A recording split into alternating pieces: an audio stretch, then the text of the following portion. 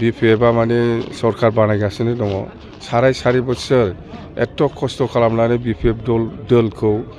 BPF हान्जाखौ लाखिबोबाय दिनैसो जुदि सोरबाया जोंखौ गाज्रि मोननानै दल सोलायोबा बियो गावखौनो नस्थ' खालामनानै लानाय जागोन होनना बुंदों बे जोंनि कर्मिफोरखौ मिथिबाय बारा गोबाव गैखाला जिहेतु इलेक्सना बे हिसाबै आं बुंदों ओंखायनो नस्थ' खालामनानै लानो नाङा जेरैबायदि खस्थ' खालामदों बेबायदि खस्थ' खालामबाय थाबाव दिनै उदालगुरि जिल्ला बिपिएफ हान्जानि कनफारेन्स दंमोन ट्राइनियेल वान डे कनफारेन्स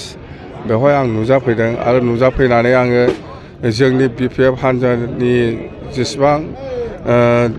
कर्मि बा वार्कार बा लिडार्स आं बयखौबो लोगो मोनजोबदों आरो जोबोद मोजां उदालगुरि जिल्ला हिसाबै मोनबा समस्तिनि जितु बिपिएफ हान्जानि जितु अबस्था खुब मोजां 1 नाम्बार पजिशनाव जोंनि बिपिएफ हान्जायानो दङ बे मोनबा समस्तियावबो आरो जों देरहागोन आं बुंबाय थादों जिहेतु 2025नि एप्रिल मासाव एप्रिलनि 8 तारिखआव 5 बोसोर कमप्लिट जागोन बे हिसाबै आङो माने एप्रिल मासावनो इलेक्सना जागोन होननानै बुंबाय थादों आरो जागोनबो 5 बोसोर कमप्लिट जागोन आरो जोङो बिपिएफआनो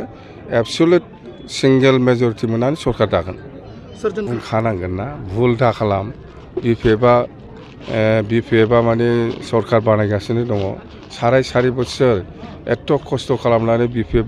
दलखौ बिपिएफ हान्जाखौ लाखिबोबाय दिनैसो जुदि सोरबाया जोंखौ गाज्रि मोननानै दल सोलायोबा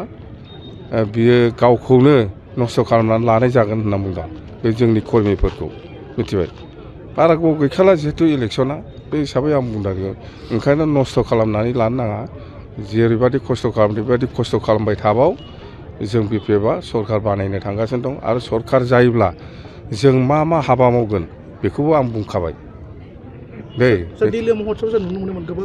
बे प्रमद बर'आसो मिथिगोन बेहाय आं गैया बेखौ आं मिथिया प्रमद बर'नाव सोंबा बे क्लियार होगोन बेखौ